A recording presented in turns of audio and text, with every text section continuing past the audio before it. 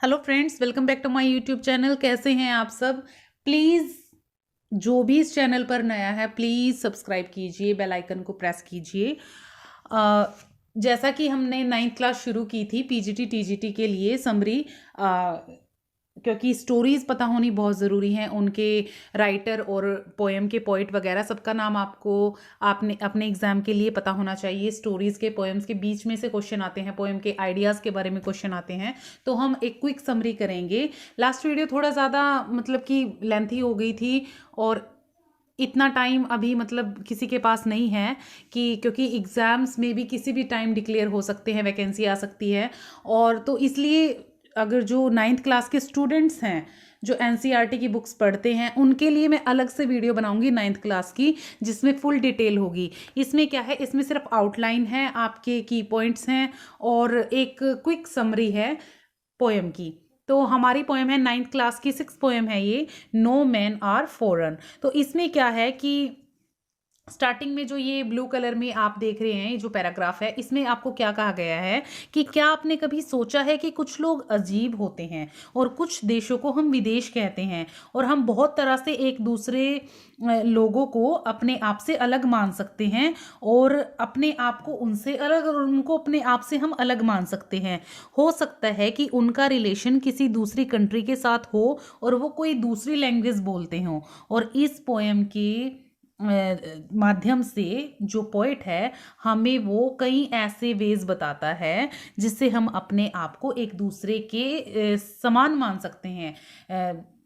However, the poet reminds us of the many ways in which we are all the same, for we are all human. इनमें से सबसे बड़ा क्या कारण है कि हम सब इंसान हैं। तो पोएम शुरू होती है, remember no man are strange, no countries foreign, beneath all uniforms a single body breathes. अगर मैं ऐसे पढ़ने लग जाऊंगी तो बहुत ज़्यादा मतलब लेंथी वीडियो बन जाएगी और एग्जाम्स के लिए आपको समरी ही करनी है, तो मैं फटाफट से इसकी समरी करवाती हूँ। तो इसमें क्या लिखा है इस पोएम में कि पोएट कहता है कि हमारे लिए कोई भी जो व्यक्ति है वो अजनबी नहीं है और कोई भी देश विदेश नहीं है। हम सभी इंसान होने के नाते सेम हैं और सबका एक जैसी बॉडी होती है और हमारी तरह हमारे जो दूसरे भाई हैं वो भी इस धरती पर चलते हैं और लास्ट में सबको इसी धरती में समा जाना है।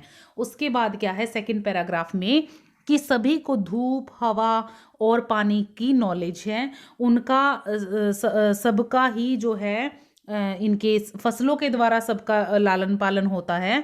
और अब शीतकाल जो विंटर है उसके जो भुखमरी वाले दिन है वो बीत गए हैं और हम सब इक्वल हैं। और उसमें थर्ड पैराग्राफ में कहा है, रिमेंबर, याद रखो कि और देशों में रहने वाले लोगों की भी आंखें हमारी ही आंखों की तरह जागती हैं, सोती हैं और उन लोगों को भी मतलब कि हम उन लोगों के जो ताकत है, उनकी पावर है, उनको भी हम प्यार की ताकत से जीत सकते हैं। और हर एक कंट्री में जो लाइफ है वो इक्वल है और हम इसको अच्छी तरह से जान और पहचान सकते हैं, समझ सकते हैं। फोर्थ पैराग्राफ में है, आओ हम हमेशा याद रखें कि जब कभी भी हम अपने भाइयों से नफरत करने को हमें कहा जाता है, whenever we are told to hate our brothers, तो हम अपने आप से नफरत करते हैं और हम अपने आप को ही अधिकार मुक्त करते हैं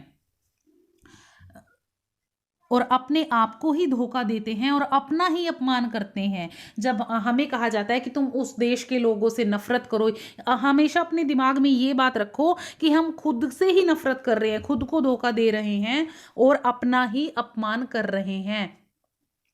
याद रखो कि हम जो एक दूसरे के खिलाफ जो हम ये हथियार उठाते हैं और वो हम खुद के खिलाफ उठा रहे हैं। जो लास्ट पैराग्राफ है इसमें वो बता रहा है कि हम अपने जो काम है उससे जो ये अर्थ है इसको हम प्रदूषित कर रहे हैं, हम इसको डिफाइल होता है पोल्यूट करना, और हम जो है ज्वाला और धूल से इस वायु की जो पवित्रता है, वो जो हमारे जीवन का आधार है, हम उसको खत्म करते जा रहे हैं। हेल्स ऑफ फायर। और याद रखो कि कोई भी जो व्यक्ति है वो विदेशी नहीं है और कोई भी देश अजीब नहीं है। और इसके पॉइंट हैं जेम्स किर्कअप। तो ये एक तो इसका पोएट का नाम याद रखना है सबने, और इसका टोटल सार मैंने वैसे तो लाइन टू लाइन आपको हिंदी मतलब करवा दी है। तो इसका प्रॉपर क्या है समरी, कि जो भी संसार के जितने भी लोग हैं और जितने भी देश हैं, उनके बीच में ये पोयम हमें मतलब कि मैसेज दे रही है यूनिटी का, हार्मनी का। और इसमें पोएट क्या कह रहा है कि no man are strange and no countries are foreign, we are all human beings, we have a common soul. और हमारी जो चमड़ी है वो तो अलग अलग रंग की हो सकती है, किंतु हमारी आत्मा एक जैसी है। हो सकता है हम किसी दूसरे देश में रहते हों, कोई दूसरी भाषा बोलते हों, लेकिन हम सभी नेचर का एक तरह से आनंद लेते हैं। और हमें ये याद रखना चाहिए कि हमारी आंखें जो जागने, सोने और प्यार करने का कार्य करती हैं, सारे संसार में एक समान है। और ये सच है कि हम चाहे कहीं पर भी रहें, हम ताकत को प्यार से पराजित कर सकते हैं। हमें अपने मन में यह बात रखनी चाहिए कि अगर हम दूसरों से घृणा करते हैं तो इसका मतलब ये है कि हम स्वयं से नफरत करते हैं। और कवि क्या क्या कह रहा है इसमें पोएट, कि जिन अपने कामों से हम धरती को प्रदूषित करते हैं, स्पॉइल करते हैं, हाँ, इस नेचर को खराब करते हैं, हमें अपने उसको नेचर को बचाना चाहिए, पर्यावरण को, एनवायरनमेंट को हमें बचाना चाहिए। और ये बात ध्यान रखनी चाहिए कि ये जो धरती है वो गॉड ने बनाई है और हम सब एक हैं। तो इसके मैं की पॉइंट आपको जल्दी से बता देती हूँ कि इसमें क्या लिखा है। इस पोएम का मतलब है कि we should remember no man are strange, we should remember that no countries are foreign, we all walk upon the same earth, in the end we all shall lie in the earth, all men are fed by peaceful harvest. It means the painful days of war when we are kept indoors. Long winter मतलब it means the painful days, जो long winter, winter का मतलब यहाँ युद्ध से लिया गया है। और we are polluting the human earth, we should not hate others because they all are are brothers. Health of fires और डस्ट का मीनिंग यहाँ पर है war that cause a lot of destruction. तो ये सभी इसके की पॉइंट थे। और उसके बाद इसमें और कुछ नहीं है इतना, बस ये थी आज की आपकी पोएम। 9th क्लास के जो भी स्टूडेंट अगर इसको देख रहे हैं, 9th क्लास के लिए मैं अलग से क्वेश्चन आंसर के साथ, वर्ड मीनिंग के साथ इसकी लाइन टू लाइन समरी करवाऊंगी। और वैसे आपके लिए भी बेनिफिशियल है, अगर आपने एक आउटलाइन लेनी है समरी की लाइन टू लाइन, तो आप भी इसको देख सकते हैं। वैसे टीजीटी और पीजीटी वालों के लिए ये मोर देन इनफ है। तो मिलते हैं नेक्स्ट वीडियो में। Till then bye bye.